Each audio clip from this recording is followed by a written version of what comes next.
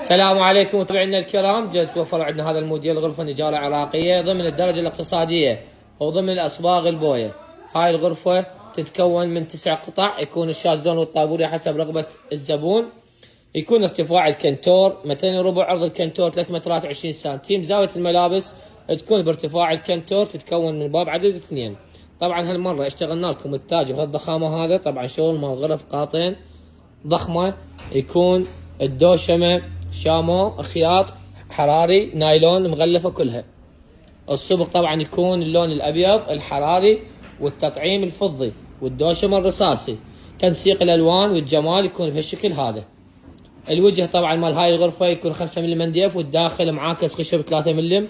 قاعدة الكنتور وسقف الكنتور يكون بلوك خشب. نجي هسه على أول خانتين، مثل ما تلاحظون نظام قفيز، صورة الفتح والشد، نرمادة شريطية على طول الأبواب كلها. قاعدة الكنتور تكون بهالشغل هذا قاعدة خشب وليس MDF. أحب أنوه زبائننا الكرام. جودة الصبغ طبعا مثل ما موضح أمامكم. الأبواب الوسطية تكون بهالشكل هذا دوشمة. الأبواب الوسطية تتكون من رف نظام خانتين.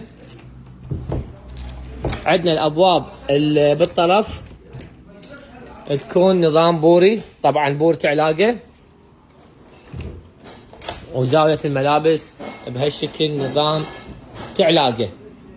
الميز تواليت عندنا يكون بهالشكل هذا النظام مجر عدد 2 زاد ابواب عدد 2، الجزامة ابواب عدد 2. نجي هسه على الشرباية هذا الموديل. شرباية هذا الموديل تكون بلايود 18 ملم 6 ارجل، اقوى شرباية عملية، وشايفين كل الخير.